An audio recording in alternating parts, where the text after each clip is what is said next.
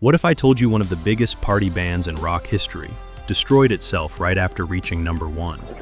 For 6 straight weeks, their song ruled radio.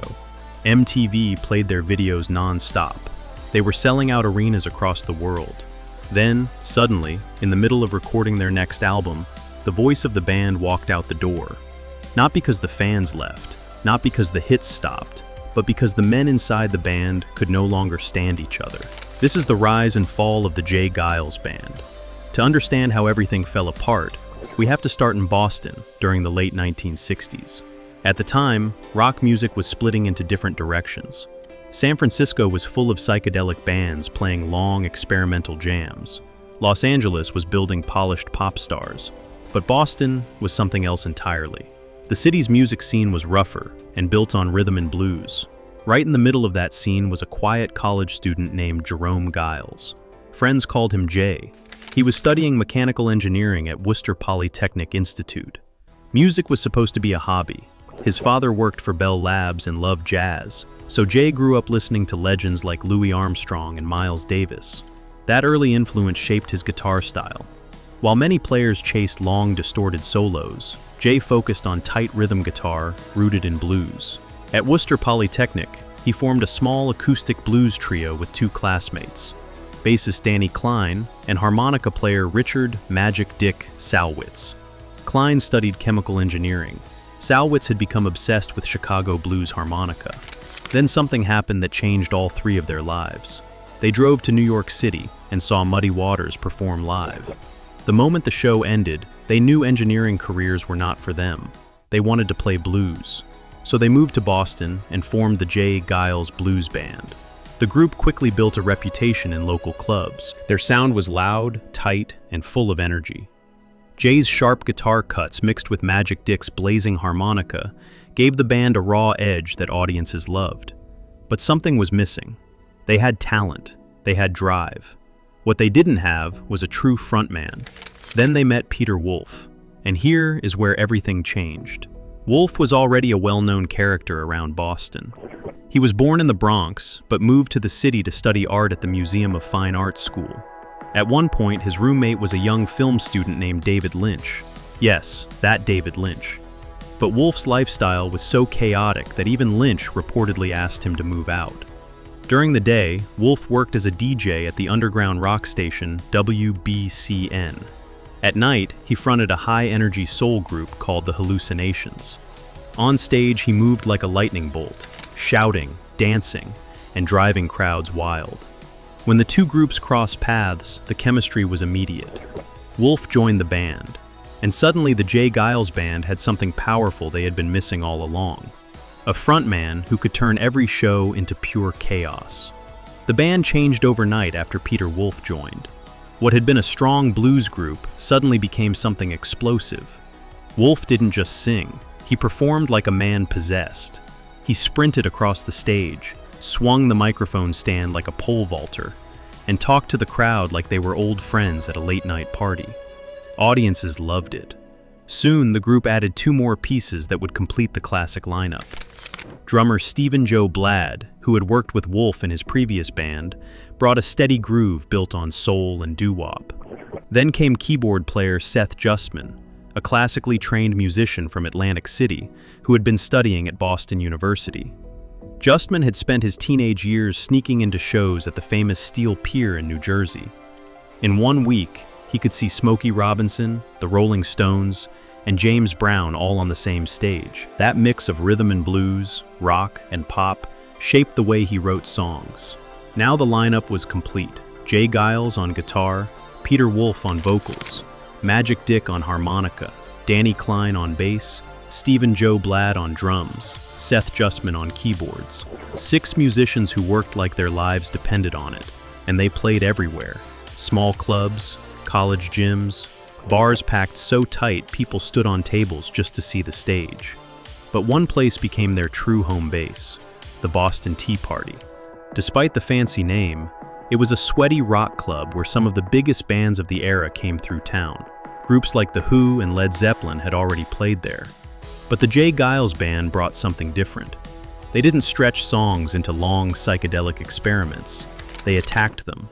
3 minutes, Full speed, no mercy. The shows became legendary. Promoters started saying the band was one of the hardest working groups in rock music. Night after night, they pushed themselves harder, turning every performance into a wild rhythm and blues party. But here's the strange part. All that energy didn't translate easily into the studio. In 1970, Atlantic Records finally signed the band. It seemed like the perfect label. Atlantic had built its reputation on soul and rhythm and blues artists. The band rushed into the studio in New York. Their debut album was recorded in about 18 hours. That record introduced listeners to the group's raw sound, with tracks like First I Look at the Purse. The music captured a bit of their stage power, but something still felt different from the live shows fans loved, and this became a pattern. The band was unstoppable on stage, but in the studio, the magic was harder to capture.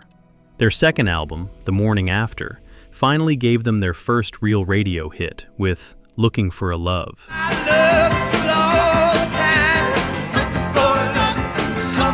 The song climbed into the top 40 of the Billboard chart. It proved something important. The Jay Geils Band had the ability to take an old rhythm and blues song and turn it into a roaring rock anthem. But wait, the real breakthrough was still coming.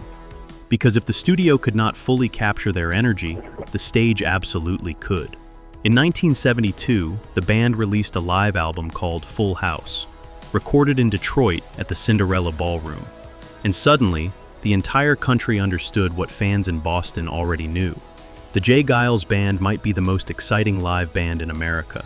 The record exploded with raw energy. Jay Geils' razor-sharp guitar bounced off Magic Dick's screaming harmonica. The crowd sounded like they were inside the speakers. One performance on that album became legendary: Magic Dick's harmonica showcase, Whammer Jammer. For many fans, it was the moment they realized the band was something special.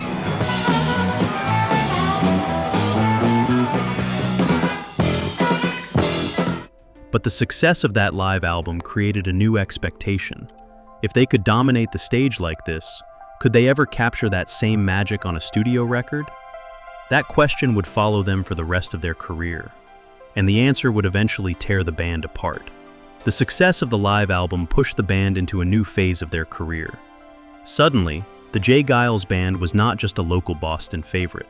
They were becoming a national touring machine. Detroit quickly became one of their strongest markets. The city's blue-collar crowds connected with the band's gritty rhythm and blues style.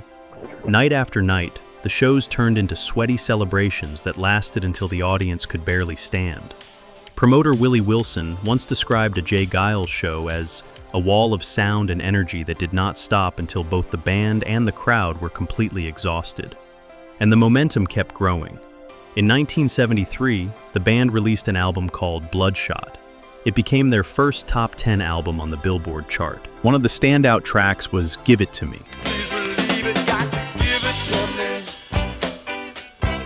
The song mixed funk rhythms with hard rock guitar and quickly became a fan favorite. The album also gained attention for another unusual detail. It was pressed on bright red vinyl. At the time, that was rare, and it helped the record stand out in stores across the country. Fans would flip through stacks of albums and instantly recognize it. But the band was still evolving. The following year, they released Nightmares and Other Tales from the Vinyl Jungle. It contained what many fans consider their signature song, Musta Got Lost. How could I be so blind, baby, not see you were the one? The track told the story of a man wandering through heartbreak and confusion, searching for a love that slipped away. Peter Wolf delivered the lyrics with a mix of humor and desperation that audiences immediately connected with. The single climbed to number 12 on the Billboard Hot 100. But something interesting happened when the band performed the song live. They turned it into a full theatrical moment. Before the music started, Wolf launched into a long spoken introduction that fans later nicknamed the Rapunzel monologue. In it, he played the role of a lonely man sitting beside a silent telephone, flipping channels on late-night television, and slowly losing his mind, waiting for a call that never comes. The speech built tension in the room. Then, suddenly, the band crashed into Musta Got Lost.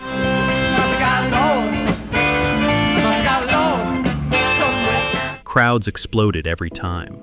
The moment became so famous that it appeared again on their 1976 live album, Blow Your Face Out, where the performance stretched into a full dramatic routine. For the Jay Geils Band, these shows were everything. The stage was their kingdom. But outside the concert halls, the music industry was beginning to change. By the late 1970s, disco was dominating radio. Punk and new wave bands were starting to appear. The old blues rock sound that built the band's reputation was slowly losing ground. The group faced a difficult decision: stay true to the gritty rhythm and blues style that made them famous, or evolve into something new that could survive the changing music landscape. Keyboard player Seth Justman believed the answer was obvious. The band needed to modernize. He began pushing the group toward a sleeker sound that blended rock with pop melodies and new studio technology. The change started quietly with their 1978 album Sanctuary, which produced the modest hit One Last Kiss. I'm gonna tell you something I never did before. But that was only the beginning, because the next album would push the transformation much further, and the sound that followed would bring the band the biggest success of their entire career. But it would also plant the seeds for the fight that destroyed them. The shift toward a new sound became clear in 1980 when the band released the album Love Stinks. By this point, Seth Justman was taking a stronger role in shaping the music. The songs were tighter, cleaner, and built for radio. One track in particular stood out: Love Stinks. He loves him, and he loves somebody else. The song was funny, bitter, and brutally honest about relationships. Instead of romantic poetry, it delivered sarcastic lines about heartbreak that almost everyone could recognize. Listeners who had just survived a breakup suddenly had an anthem. The song climbed into the Billboard charts and slowly became one of the band's most recognizable hits. But something even bigger was coming. In late 1981, the Jay Geils Band released the album Freeze Frame, and everything changed. The record combined the group's rhythm and blues roots with bright keyboards and polished production that fit perfectly into the new decade. It sounded modern, catchy, and built for the exploding world of music television. Then, the lead single arrived, Centerfold. There's my home angel on the pages in between. My blood runs. The song told a simple but unforgettable story. A man opens a magazine and suddenly sees a photograph of the girl he once had a crush on in school. Instead of the innocent classmate he remembers, she is now a Centerfold model. The song's opening keyboard hook was impossible to forget. Radio stations played it constantly, and the response was enormous. Centerfold shot to #1 on the Billboard Hot 100 and stayed there for 6 straight weeks. So, my angel is the centerfold. Angel is the centerfold. For perspective, that meant it was the most popular song in the entire United States for over a month. The band had finally broken through to the top. But wait, it gets even bigger. MTV had launched only a few months earlier, and the music video for Centerfold quickly became a staple of the new channel. The video showed the band performing inside a classroom, filled with dancing students in nightgowns. It was playful, strange, and unforgettable. Suddenly, the Jay Geils Band was not just a touring act, they were television stars. The album's title track, Freeze Frame, followed close behind and climbed to #4 on the charts in early 1982. Now the band had 2 massive hits. Arena tours followed across North America and Europe. For the first time in their long career, the group was earning the kind of money and fame they had chased for more than a decade. One moment during that tour captured how far they had come. In March of 1982, the band played a show in San Francisco with a young opening act from Ireland. The opening band was called U2. At the time, they were still unknown in America. But the Jay Geils Band had reached the point where future legends were opening their concerts. It seemed like the perfect ending to a long journey. 6 musicians from Boston had climbed from smoky clubs to global superstardom. But here's the part nobody expected. The moment they reached the top, the band itself began to crack apart. Because the same success that brought them fame also changed the balance of power inside the group. And once that balance shifted, the friendships that held everything together started breaking down. Success changes people, sometimes slowly, sometimes all at once. For the Jay Geils Band, The shift happened almost overnight after Centerfold became the biggest hit of their career.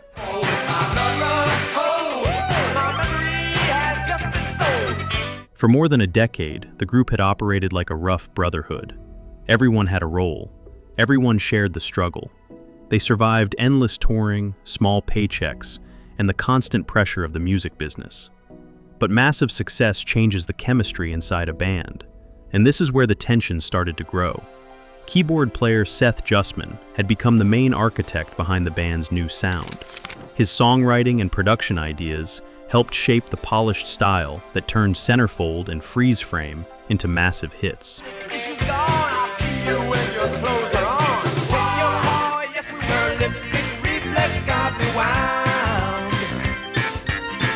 With that success came influence. More songs were now being written by Justman, often with help from his brother Paul. The direction of the music leaned further toward pop and keyboards, and further away from the raw rhythm and blues style the band started with. Peter Wolf noticed the shift immediately. For years, Wolf had been the band's voice, their energy, and their connection with the audience. On stage, he was unstoppable. But creatively, he was starting to feel pushed aside. The partnership between Wolf and Justman had once been powerful. Together they helped create songs like Love Stinks and Centerfold.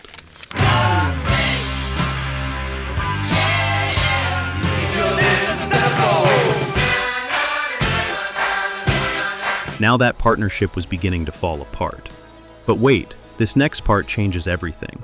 In 1982, the band joined the Rolling Stones on part of their European tour. It should have been a celebration, two legendary rock bands sharing the same stage. Instead, the trip revealed how unstable things had become. One night after a show, Peter Wolf suddenly disappeared. The band began to panic. Wolf could not swim, and someone suggested he might have wandered into the ocean after a late-night party. For a moment, the group actually feared their singer had drowned.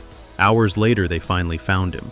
He had passed out inside a hotel closet while wearing a Moroccan cloak that Keith Richards had given him earlier that evening. Richards' young son had unknowingly closed the closet door while Wolf was inside. The story was funny in hindsight, but it also showed how chaotic life had become for the band. Behind the scenes, the real conflict was growing stronger. Wolf still wanted to push the band toward their blues and soul roots. He began bringing new songs into the studio that reflected that style. Some were written with outside musicians, including respected rhythm and blues writers, but the rest of the band rejected them. They wanted to continue the sleek pop sound that had just taken them to #1. The disagreement turned into a standoff during recording sessions in 1983.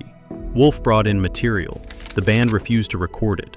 The argument grew louder. And then, in the middle of recording their next album, something almost impossible happened.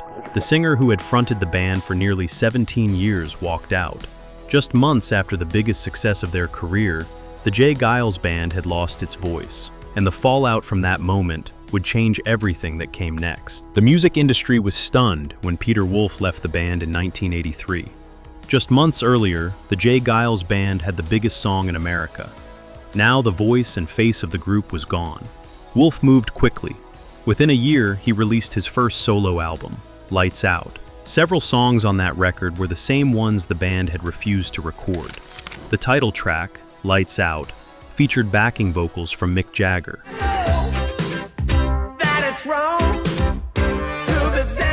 Showing how respected Wolf was among rock's biggest stars. The album proved something important.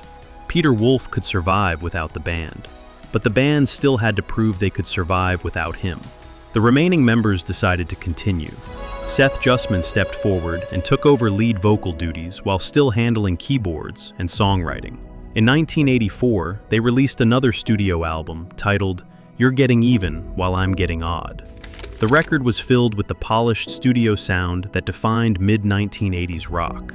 Expensive synthesizers and glossy production replaced the loose rhythm and blues feeling that once defined the band. Fans noticed immediately. The album struggled on the charts and peaked at number 80 on the Billboard 200. The single, Concealed Weapons, barely reached the Hot 100 before fading from radio.